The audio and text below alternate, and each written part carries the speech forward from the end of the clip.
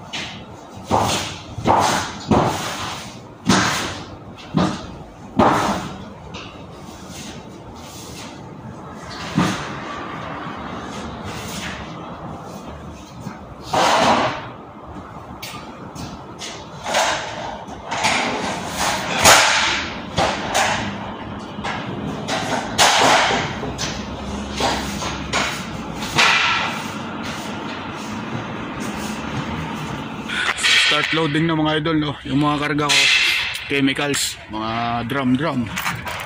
So kanina pa ako dito, bago mag alas 12. So mag 2:30 na, tsaka lang sila nagsimulang magkarga kasi maraming truck kanina.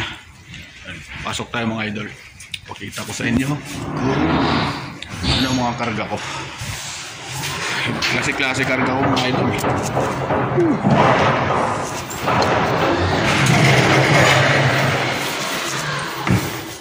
Ayan mga idol. Oh. Ayan. Drum. Drum. Chemicals yun. Mga nakalagay na cotton. Chemicals to dito. So mabigat yan mga idol. 24 tons na naman yan. Dadalhin ko sa Munich, Germany. Kung dadalhin yan, mga 779 kilometer mula dito sa Netherlands sa Rotterdam papuntang Munich, Germany. 779 kilometers mga idol. Pupunuin yan hanggang doon. Magbibelt ako doon sa dulo, yung pinakadulo niya. Magbibelt ako para hindi siya gagalaw, no? Tingnan nyo yung Netherlands mga idol. Tahimik tong bansa na to eh. Parang lang din to. Yung view niya parang Germany lang din.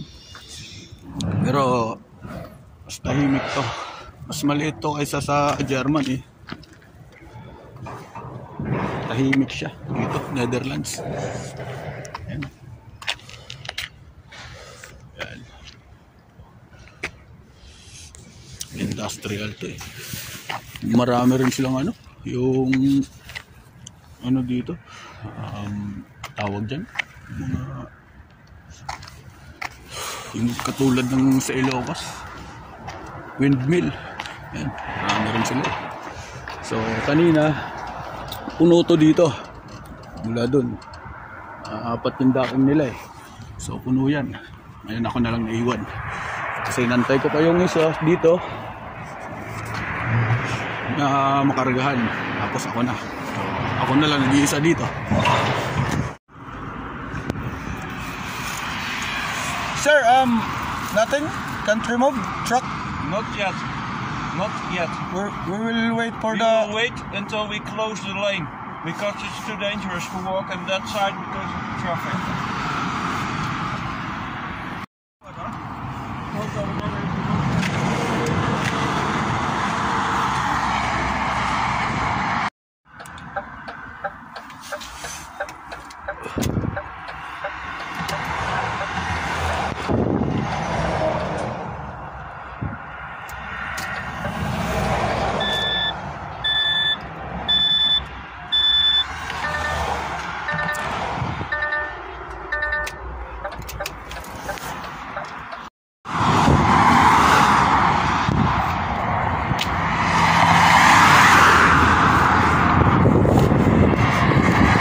Good morning mga idol. So nandito pa rin ako sa Netherlands mga idol, no? May problema yung truck. Kahapon mga idol, nakatakbo lang ako ng mga 20 kilometer, no? Mula dun sa pinagloadan ko. Itong highway na to, ito sa taas, motorway yan. Yan yung daan ko. Diyan ako dumaan. Yung daan ko papuntang Germany. Kaso dun sa unahan, mga 5 kilometer, tumirik yung truck. Natowing ako kagabi mga idol. Dinala ako dito sa maliit na parking na to. Nilabas lang ako sa motorway. Tinowing ako. Ayun, naantay ko yung ng opisina. Sabi kasi ng opisina, papadala sila ng bagong truck dito. Papalitan yung truck. Ayun, ngayong umaga, nag-message yung opisina ulit. Tinatanong ako kung maandar na ba daw yung truck. Kasi kahapon hindi na mag-start yan. Bigla na lang lumabas yung mga warning niya sa dashboard niya. Lahat. As yung yung transmission na nagmalfunction. Tapos sabi ng doon sa dashboard, stop. So nag-stop ako sa gilid ng highway dito, doon sa unahan, sa gilid ng kalsada, sa motorway. Then ilang segundo lang namatay yung truck, off engine na siya. So and then nung start ko ulit, wala na, hindi na siya mag-start. Kanina lang nag-start to alam ko nga hindi na mag-start Ngayon umaandar na siya, sinusubukan kong abante atras, umaandar na siya. Pero yung warning signs niya na checking engine, andyan pa rin, lumalabas pa rin sa truck. So inaantay ko yung ng opisina kung, kasi ayaw kong tumakbo baka matowing na naman ako. Decision ko lang ba, gusto ko yung decision nila. Pag sinabi nila sige tumakbo ka, ganyan. Basta ako, sinabi ko sa kanila na baka mangyari ulit sa akin yun kapag tinatakbo niyo ako ngayon. So gusto kong manggaling sa kanila na sige takbo ka, ganyan. Pag natowing ka, kasalanan na namin yun. Hindi mo na kasalanan. Actually hindi ko rin naman kasalanan yung nangyari kahapon kasi yan sa truck naman talaga yun.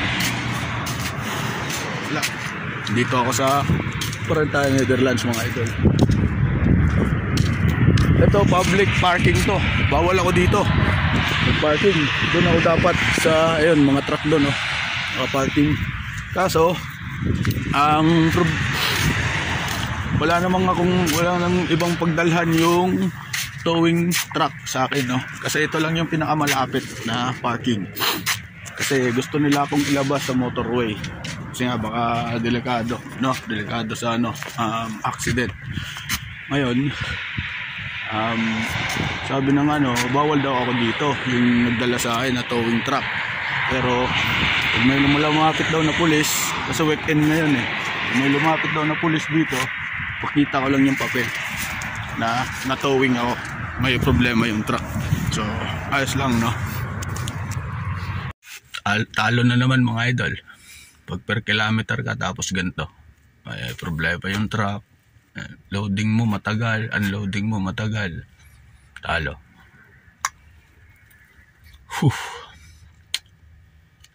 Ngayong araw na to, Sabado, tatakbo pa sana ako kasi deliver ko sa Germany Monday yung unloading. Kaso ito nga, nagka-problema.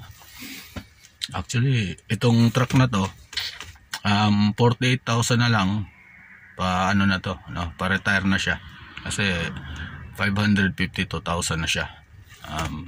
Hindi ko lang alam kung 600,000 retire na siya. Ganun dito yata sa Europe yung mga truck. Itong truck na to, ito yata yung pinaka matanda na truck dito sa company. Kaya wala, bumigay na siya matanda na siya 500,000, 552,000 na. Kaya marami ng problema lumalabas. So good morning mga idol. Today is Monday mga idol. Friday pumarada na ako dito, natowing ako dito. Saturday, Sunday pahinga na ako ngayon Monday, naantay ko yung desisyon ng opisina kasi kagabi kahapon nung Saturday nag-message sa akin yung opisina kung aandar daw yung truck. So umaandar naman mga idol so, sabi nila iabante ko daw. Inabante ko dito sa may parking ganyan. Inatras ko, okay naman pero yung warning sign niya nandyan pa rin, hindi pa rin nawawala sa dashboard yung checking engine niya kasi yung transmission yung problema nito So gusto ng opisina yata pag-driving pa ako papuntang Germany. So sabi ko sa kanila walang problema sa akin, pero pag tumirik ako dyan hindi ko na kasalanan yan, mga ganyan kasi desisyon naman nila yan. Ako sumusunod lang naman ako ng Tapos nung Friday pala, nung natowing ako, sabi ng isa na kausap ko, dadalhan daw ako ng truck dito So tapos Saturday, tinanong ako kung maandar ba kasi patatakbuhin ako. So hindi ko alam kung anong plano nila no?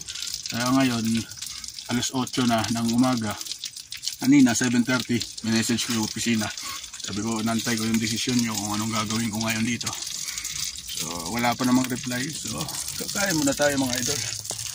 Ayan, almusal tayo. Almusal muna tayo kasi pag pinaandar ako ngayon sigurado bakbakan tong araw na to. Ang lakas ng snow. Lakas ng snow mga idol. Ayan no. Ano, puno na ng snow yung side mirror. Ayan no. And then may problema pa yung truck. So bakbakan tayo ngayon. Kakain na muna ako mga idol.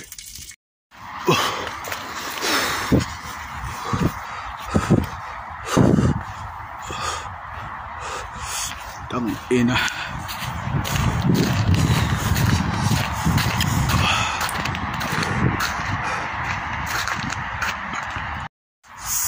Tang ina.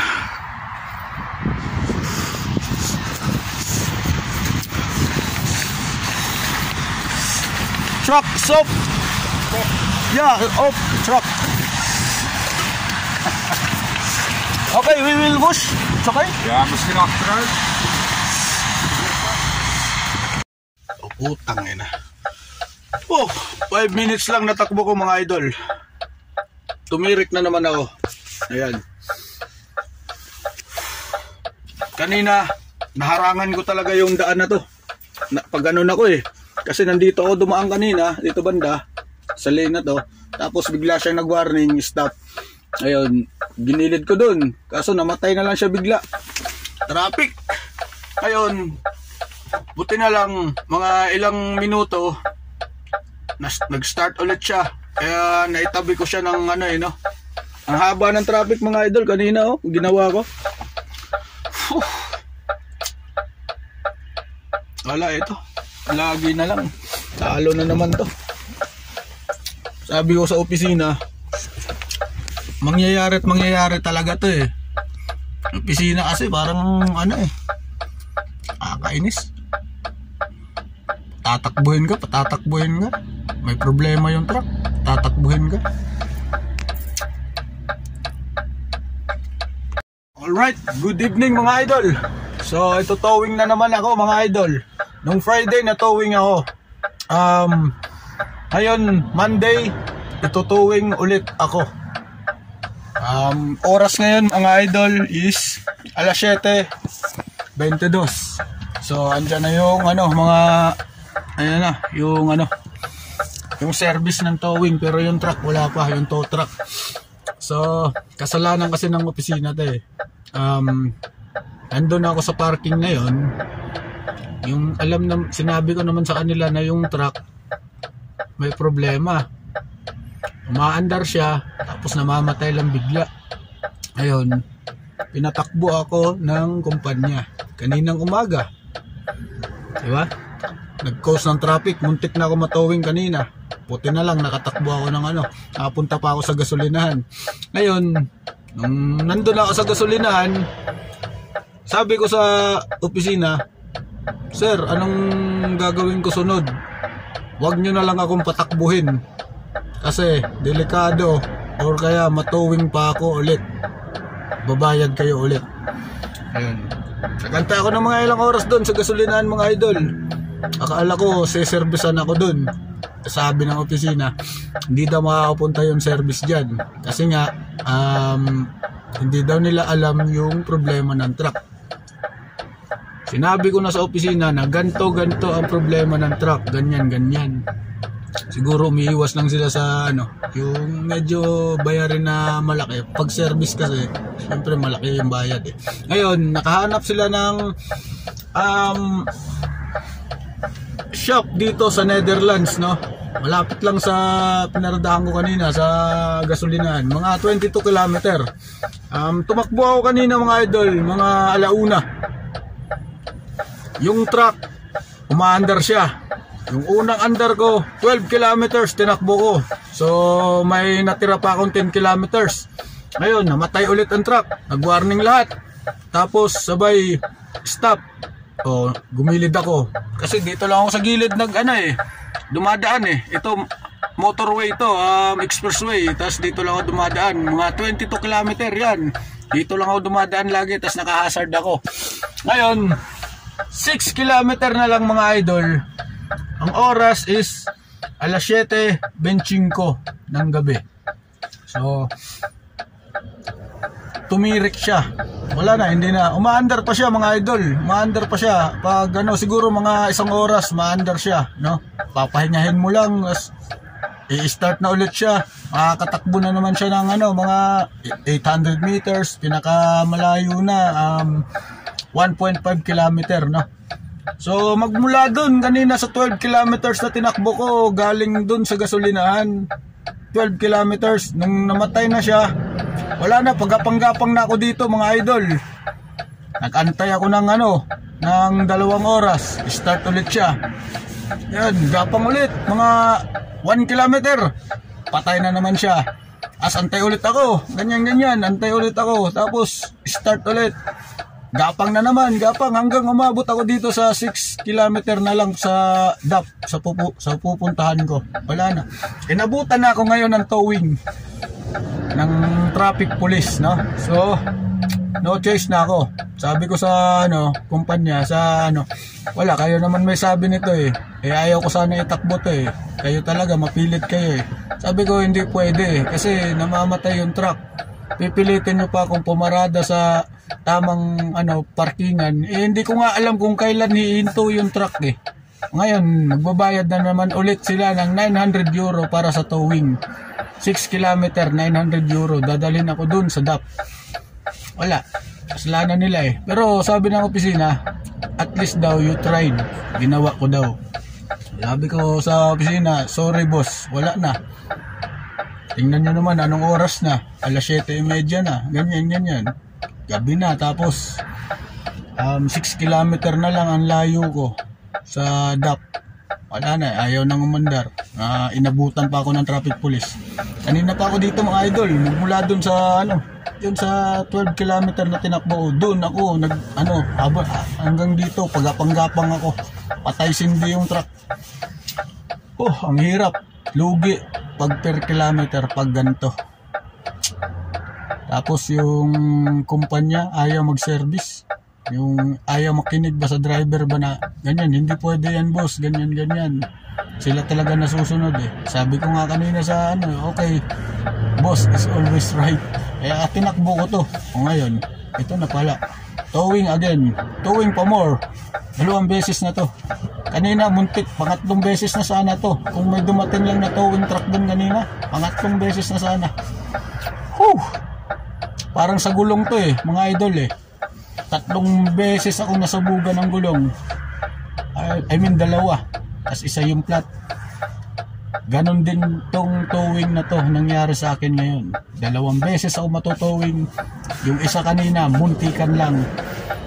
Pero nakakos ako ng traffic. Euro pa more. Ayan na mga idol, itutowing na tayo.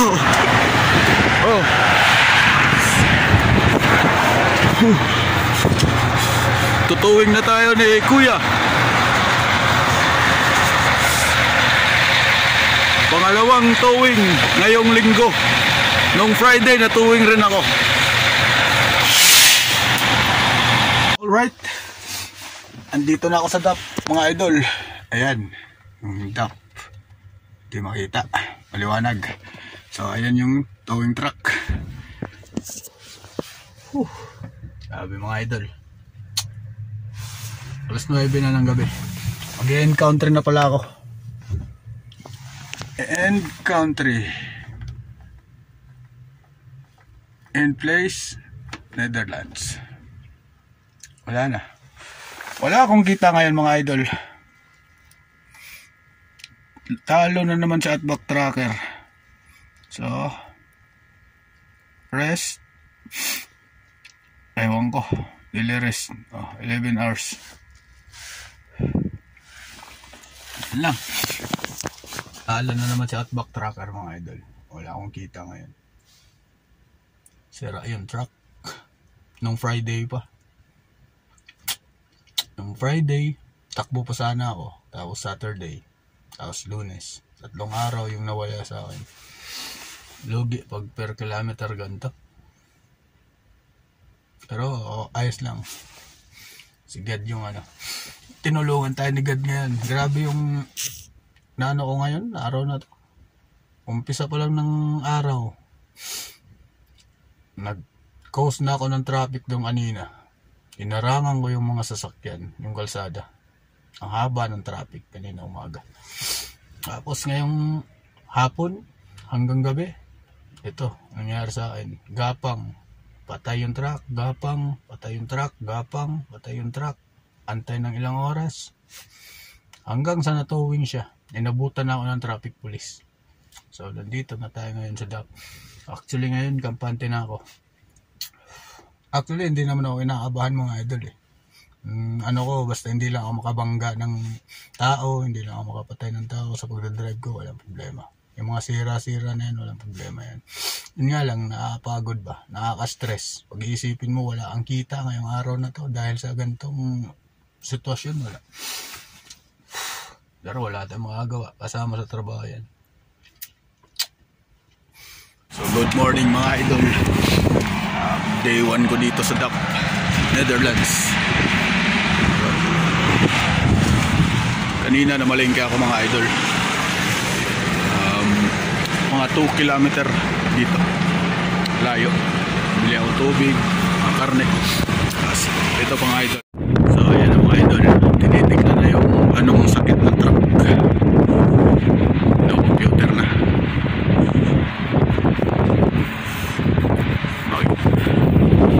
Diyan mga idol kung anong diferensya ng truck sa computer na yan. Tinanong niya lang ako kung anong problema. Sabi ko lahat ng warning signs lumalabas sa dashboard, tapos kusa na lang namamatay yung makina. Alright, good morning mga idol. Day 2 natin dito sa Netherlands, DAP. Sabi ng opisina mga idol, ayusin ko na daw yung mga gamit ko kasi magdadala sila ng ibang truck dito. So wala na, lugi na talaga ako mga idol. Kasi may load ako dito ngayon, dadalhin ko pa sa Germany yan. Tapos naka-schedule ako, aayusin dito sa DAP Monday. So napag-isip-isip ng kumpanya na kukuhanin na lang nila yung truck. Dadala sila ng tow truck dito kasi mayroon naman sa company yun. Tapos dadalhin na lang nila sa Poland yung truck, no? Tapos papalitan na lang nila ako ng ibang truck. Lugit mga idol. Ang lamig pa. Grabe. Hindi ako makatulog ng maayos sa loob ng truck. Pag gabi, nag-i-snow. I think yung mga idol, ang kapal na ng yellow dito. Mahirap. Mahirap maging truck driver mga idol. Europe pa more. So ayusin ko lang yung mga gamit ko kasi sabi nila, tinanong ko yung opisina kung kailan darating yung truck. Sabi nila baka gabi, mamaya alas 8 ng gabi or kaya bukas ng umaga. So ayusin ko na lang siya, mga gamit ko, para pagdating nun diretso na, no? Day mga idol. Nandito na ako sa Germany mga idol. So pick up ako ng load papuntang Italy. Galing ako Netherlands mga idol. Yung mga chemicals na karga ko galing Netherlands, no? Na-unload ko na mga 43 kilometer ang layo magmula dito sa area na to, no? So ang ginawa sa akin mga idol, hindi pinaayos yung truck, yung DAP dun sa dun mismo sa DAP sa Netherlands, no? So nagtambay ako ng 6 days. Then kahapon mga idol, hinatiran ako ng bagong truck ni Gapinski. Brand new mga idol, pinalit sa akin. Ayan mga idol, hindi na siya DAP, no? Ayan. Mga alam niyo yan kung anong yan. Anong truck yan mga idol. Brand new mga idol. Ayan Magulo pa nga lang kasi kakalipat ko lang. Parang lipat bahay ako eh. Yung brand new yan mga idol, yung truck. So, ito, pick up ako. Ang load, dadalhin ko sa Italy ito mga idol, no? So, ayan. Mga kahoy mga idol, yung karga ko. So, wala, lugi ako ng 6 days mga idol. Wala akong takbo. Luging-lugi. Ngayon, binigyan ako ng brand new truck. Ayan, yung kasama ko. Ito yung mga idol. Gapinski rin. Tingnan yung truck niya. Paras kami ng truck. Yung driver niyan, Ukraine. So, yun lang mga idol, no? Next vlog, ipapakita ko sa inyo yung truck, no? Yung mga, controls niya, kung anong pinagkaiba ng DAP, no? So, brand new mga idol. Yung binigay sa akin. Ayan. Tapos nun, maglo-load pa kasi ako mga idol, eh. Please like, share, and subscribe. Keep on trucking mga idol. Keep safe. Bye-bye. Thank you.